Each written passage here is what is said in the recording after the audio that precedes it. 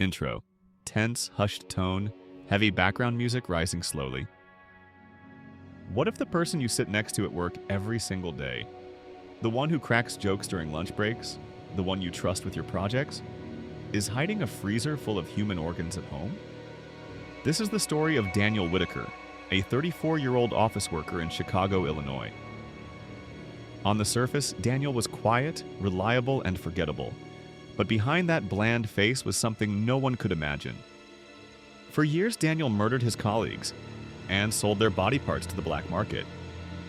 And the most terrifying part? Nobody noticed until it was far, far too late. Scene 1, setting the stage. It all started at Argonne Technologies, a mid-sized software company in downtown Chicago. Daniel Whitaker worked there as a systems analyst. He was the type of guy who blended into the background. Thin, pale, wire-rimmed glasses. People said he seemed socially awkward, but harmless.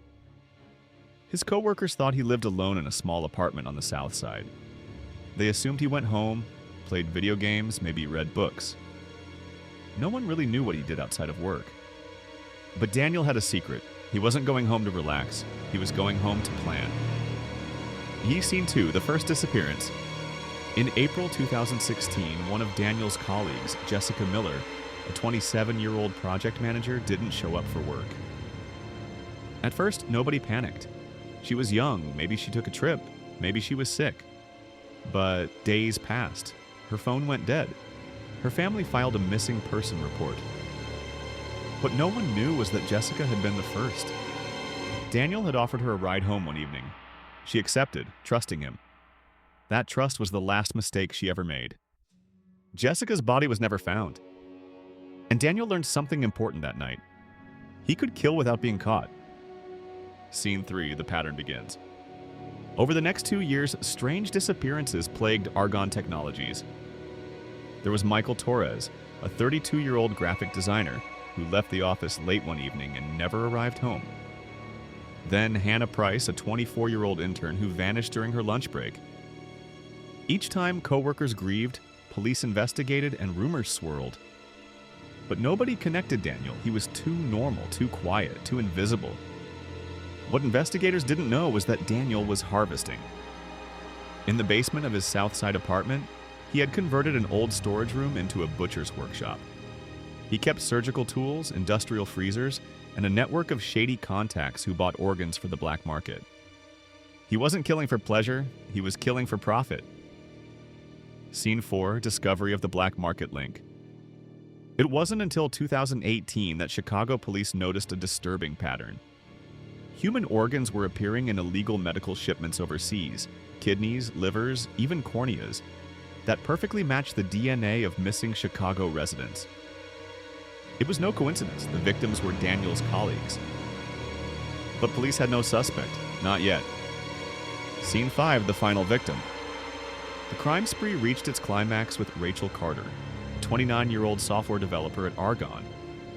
Rachel was bright, outspoken, and one of the few people who occasionally chatted with Daniel. One night, after a long deadline push, Daniel offered to walk her to her car. She laughed, thanked him, and accepted. She never made it home. This time, Daniel got sloppy. Rachel's fiancé reported her missing within hours. Surveillance footage from the parking garage showed her walking with Daniel. The two entered together. Only Daniel came back out. Scene 6, the raid. Police raided Daniel's apartment 2 days later. What they found was the stuff of nightmares. In the basement freezer, plastic containers neatly labeled with dates and body parts, kidneys, livers, hearts, all vacuum sealed like cuts of meat. On his computer, emails and transaction logs connecting him to organ traffickers overseas. And worst of all, hidden on an external hard drive, videos. Grainy footage of his colleagues tied to a chair, pleading, begging before the screen cut to black. It was undeniable. Daniel Whitaker wasn't just a killer. He was running a one-man slaughterhouse. Scene 7, the trial. The trial in 2019 was one of the most chilling in Illinois history. Prosecutors labeled him the organ harvest killer. The media went wild. Former colleagues packed the courtroom, unable to believe the quiet man from the cubicle farm had been capable of such horror. Daniel showed no remorse. In fact, when asked why he did it, he simply said, "Because people are worth more in pieces." Those words froze the courtroom. He was convicted of multiple counts of murder and sentenced to life without parole at Stateville Correctional Center. Scene 8, The Lingering Horror.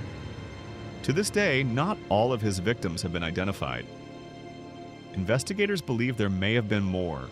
Co-workers who left the company suddenly, people whose disappearances were never linked to him. The thought is chilling.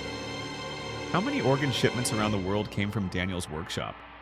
How many people unknowingly live with a piece of his victims inside them? And the most haunting part? Daniel looked so ordinary. He wasn't a monster in the shadows. He was a man you passed every morning at the office coffee machine. Otro chilling fade. So the next time you clock in at work, look around. The guy in the corner cubicle, the one who never quite meets your eyes. Do you really know what he does when he goes home? Because Daniel Whitaker proved one terrifying thing. Sometimes the person you trust with your deadlines is planning what to do with your organs.